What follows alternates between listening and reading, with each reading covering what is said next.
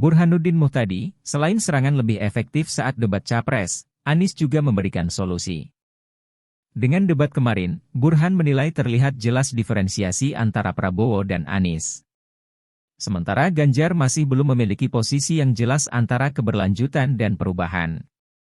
Calon Presiden nomor urut 1 Anies Baswedan dan calon Presiden nomor urut 3 Ganjar Pranowo tidak memiliki banyak pilihan kecuali harus menciptakan kejutan, terobosan, gebrakan supaya bisa memperpendek elektabilitas dengan calon Presiden nomor urut 2 Prabowo Subianto yang sejauh ini jauh leading dibanding keduanya berdasarkan temuan sejumlah lembaga survei, termasuk Litbang Kompas. Karena itu tidak heran Anies dan Ganjar memanfaatkan panggung debat Capres pada Selasa malam lalu untuk melakukan serangan terhadap Prabowo Subianto. Jadi tidak ada cara lain kecuali buat Anies maupun Ganjar melakukan serangan seefektif mungkin untuk memperpendek elektabilitasnya dengan Prabowo. Jadi ibarat sepak bola itu, Anies maupun Ganjar itu diharapkan melakukan total football, jelas Direktur Eksekutif Indikator Politik Indonesia, Burhanuddin Muhtadi, dalam podcast di kanal YouTube @AbrahamSamadSpeakUp, Minggu, 17 Desember 2023.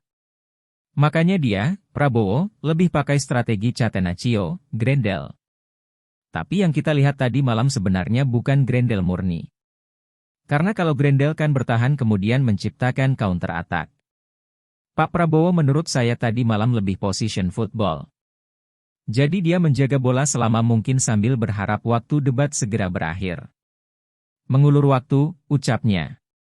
Meski demikian, Burhanuddin membandingkan antara serangan Anies dan Ganjar, nama yang disebut pertama lebih efektif. Bahkan Anies melakukannya sejak awal hingga akhir.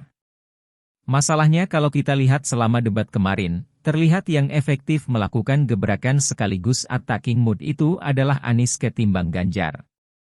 Anies menurut saya lebih efektif dalam melakukan serangan-serangan dari menit pertama sampai penutupan isinya full serangan. Total football, jelas guru besar ilmu politik UIN Jakarta ini. Berbeda dengan Anies, Ganjar hanya sesekali melakukan serangan terutama kepada Prabowo seperti terkait putusan Mahkamah Konstitusi, MK, soal batas usia Capres-Cawapres yang berujung Anwar Usman selaku Ketua MK saat itu divonis melakukan pelanggaran kode etik berat oleh Majelis Kehormatan MK, MKMK. Yaitu terkait putusan MK yang menjadi celah bagi Wali Kota Solo Gibran Rakabuming Raka maju menjadi Cawapres Prabowo Subianto meski belum berusia 40 tahun. Karena adanya klausul bisa maju selama berpengalaman menjadi kepala daerah atau jabatan lain yang dipilih melalui pemilu. Tetapi menurut saya Ganjar memang dalam posisi sulit dibanding Anies. Karena Ganjar ini kan satu sisi dia bagian dari pemerintahan sekarang. Yang melahirkan, membesarkan Presiden Jokowi adalah PDI Perjuangan. Sementara Mas Anies itu relatif lebih tidak mendapatkan beban semacam itu. Dia diposisikan sebagai capres alternatif. Meskipun pernah menjadi menterinya Pak Jokowi di periode pertama. Karenanya Anies lebih leluasa untuk melakukan jab-jab, upercut gitu kepada Pak Prabowo, paparnya. Posisi Ganjar lebih dilematis, karena kalau dia menarasikan keberlanjutan, otomatis kalah kredensial dibanding Prabowo Gibran. Narasi keberlanjutan telah dimainkan dengan baik oleh Prabowo. Bahkan Prabowo tampil sebagai pembela Jokowi ketika melakukan serangan bertubi-tubi. Sementara kalau Ganjar ikut menyuarakan narasi perubahan, gagasan itu sudah dikafling oleh Anies Baswedan. Jadi yang kita lihat kemarin memang Anies dalam posisi menyampaikan kelemahan-kelemahan pemerintahan sekarang dan menyajikan resepnya.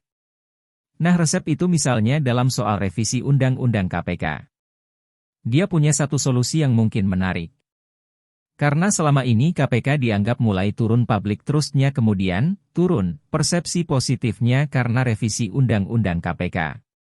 Nah, posisi seperti ini kan enggak mungkin disampaikan oleh Pak Prabowo atau Mas Ganjar, bebernya. Dengan debat kemarin, Burhan menilai terlihat jelas diferensiasi antara Prabowo versus Anies. Nah kita menunggu Mas Ganjar untuk menempatkan positioning yang tepat.